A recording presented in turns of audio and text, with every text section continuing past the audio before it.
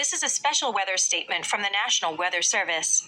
Strong thunderstorms will impact Huron, Richland, Erie, Ashland, Morrow, Eastern Crawford, Western Lorain, and Knox counties through 1 a.m. Eastern Daylight Time.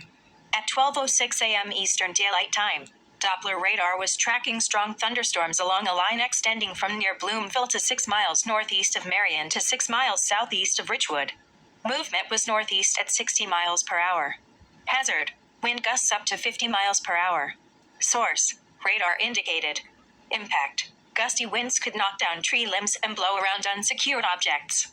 Locations impacted include Lorain, Elyria, Mansfield, Sandusky, Ashland, Norwalk, Mount Vernon, Vermilion, Western Vermilion, Mount Gilead, Amherst, Galion, Shelby, Bellevue, Willard, Ontario, Lexington, Wellington, Crestline, and Loudonville.